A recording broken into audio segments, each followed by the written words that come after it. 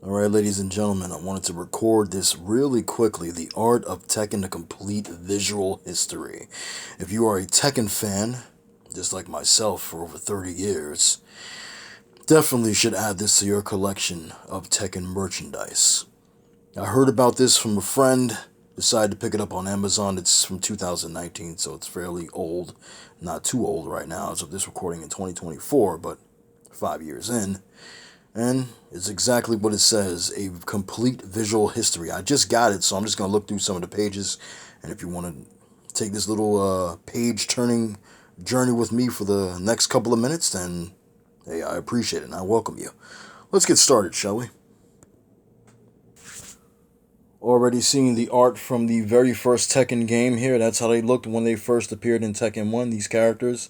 And this cultural phenomenon, this fighting game juggernaut that it will become. We didn't know that back then, but had such promise, didn't it, on the PS1 and the arcades. You've got Kazuya, you've got Paul Phoenix, Nina Williams, Martial Law, Julia Chang.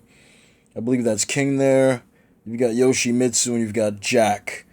They're missing, I think, Heihachi, but this here goes Heihachi right here, and I don't know who the hell that is next to him. Looks like Asuka. I don't know if that's Kazumi.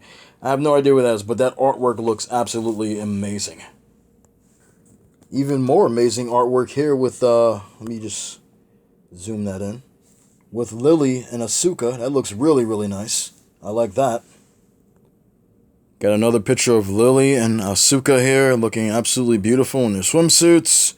And then you've got the main character of Tekken since Tekken 3, Jin Kazuma, son of Jun Kazuma, and Heihachi Mishima's son, Kazuya Mishima, who was the actual main character of the first game and then became a villain in the very second game and on. There it is, ladies and gentlemen. To me, this will always be one of the most iconic pictures ever. In the summer of 1997, when I graduated high school at the age of 18, I got my PlayStation. I was a late bloomer over probably from 2 years in. I think the PlayStation was already out there for 2 years in 1995. Got it in 1997. This was one of the first games, along with Battle Arena Toshinden, that I got. And I played the living crap out of this game. And continue to love this series ever since. Did play it earlier on in the arcades, but didn't own the game until 1997 when I got myself a PlayStation. One thing I'd like to say about the way these characters looked back then, absolutely amazing for what the system could bring to it, for what the system could do for these polygon characters. They made them look absolutely amazing, absolutely lifelike, and of course they look a lot better now because of the technology. As it's advanced in every console, it's gotten way, way better. But this was a real good step forward. I ain't gonna lie. An incredible step forward in technology to make these characters look as lifelike as they could possibly be. Now, this complete visual history also brings about profiles for every character, which is what I really got this for. So there's Kazuya Mishima, who was the main character of the first game. As I said, he was the hero. And then he later became the villain in the second game and on. And Kazuya was one of the first characters I ever picked when I played Tekken 1 and Tekken 2. So I always had a good connection with him. But I later started using other characters, especially Asuka and June. And then I just got stuck into using female characters. The only male character that I really used as of late is actually Martial Law. I haven't used Jin that much either, even though I used him a lot when he first came out. But these character profiles are really, really good in this book. Everything you probably want to know about the character you can read in these pages. You can see different type of art styles. The evolution of the character from when they started out to how they are now. This goes up to Tekken 7, not Tekken 8, because this came out in 2019, of course. But even the signature moves are printed here. What his signature moves are. That's really awesome. Xiao Yu has her profile in here. She's got numerous different costumes over the years. Her history is in here as well. One of my all-time favorite costumes here is the sundress which they're going to be bringing back for Tekken 8 as DLC. I'll definitely buy it because I love the sundress. But they also have the schoolgirl outfit that she wore in the Tekken Blood Vengeance movie. I saw that at Comic-Con back in 2012. Pretty good. There goes my main character, Jun Kazuma, that I've been kicking ass with online in Tekken 8. They've got a whole bunch of pages dedicated to her, which is awesome.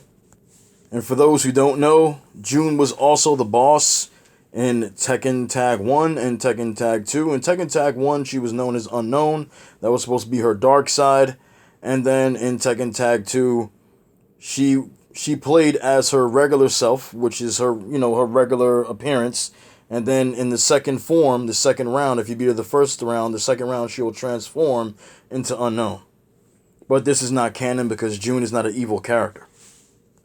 My second main, only second to Jun, is Asuka Kazama, who I've been using since Tekken 5, because Jun was absent for a time because they presumed that she was dead, even though she's not. So I used Asuka since Tekken 5 and was using her a lot online. When Tekken 6 came out and Tekken 7 came out, when Tekken Tag 2 came out, I was using her a lot, kicking ass with her. And she is one of my favorite characters as well. And she's part of the family. And when I say part of the family, I'm talking about the family of martial arts practitioners that are the main characters. The Mishimas and the Kazumas. Shit, they even got Dr. Paskanovich up in here, who created Yoshimitsu and enhanced Brian Fury, as well as his creation, Alyssa Paskanovich, which is supposed to be a model of his daughter that died that he created again, I guess. I think that's what the story was, if I'm not mistaken. I got to read it again, but they've got so much information in this book that it's just fucking overwhelming, but I love it. So, if you guys are Tekken fans and you want to know about the beginnings of Tekken up to the point when Tekken 7 came out, this is a good place to start. It's like an encyclopedia almost. It shows you everything you need to know, most of it. Some people didn't like it. I read the reviews. They didn't like it. They thought it was a little lackluster. I wouldn't be able to tell you certainly all the way through because I just got this book. But what I'm seeing right now as I'm turning the pages, because some of the pages I've looked at before I start recording again, even though I'm doing these cuts, and I see a lot of information in this book. I like that they put all the poster and cover art for different Tekken iterations that came out over the years. The Tekken Tag Tournament 2 cover art here. I don't think this was the one they used for America. I think the one in America had Heihachi and Kazuya on the cover only. Not all these characters, but it looks freaking cool, man. They talk about Tekken statues, figures. They got Funkos for Tekken. I have none of those as of yet, but I want to get a Jun statue. Definitely, I want one. Because I have a couple of statues already up in my room, and I have some Funkos as well. I'll show you guys who are watching this video the ones I have already on my shelf. Just give me 1 second here. So here is my nerd shelf from when I was about late 20s, early 30s. I've got 2 plushies from an anime called Negima. And then I've got Funko Pops for Riza Hawkeye and Roy Mustang from Full Metal Alchemist. I've got Fantastic Four's Johnny Storm. He actually lights up in the dark. I got She-Hulk down there. I got an exclusive Psylocke figure right there. And I've got Katana. So we've got Marvel and DC together. And, even though this chick is white, I thought she was Japanese when I first read the books. But Elizabeth Betsy Braddock is a white British woman who knows martial arts and fights the Hand in the X-Men page, in the pages of X-Men. And then you've got Katana, who is a Japanese woman who is skilled with a katana. You've got Wonder Woman down here, TLC. You've got Left Eye from TLC, Falcons over there. I've got a bunch of these. Not a lot, but I got a few. I don't want to say a bunch. I got a few of these. That's good enough for me to hold me because I'm not going to get a whole goddamn shelf full of these things. These things are way too addictive. But I think I might have to get a Tekken one as well. You see, we also got Riku, and we got Miss Marvel down there.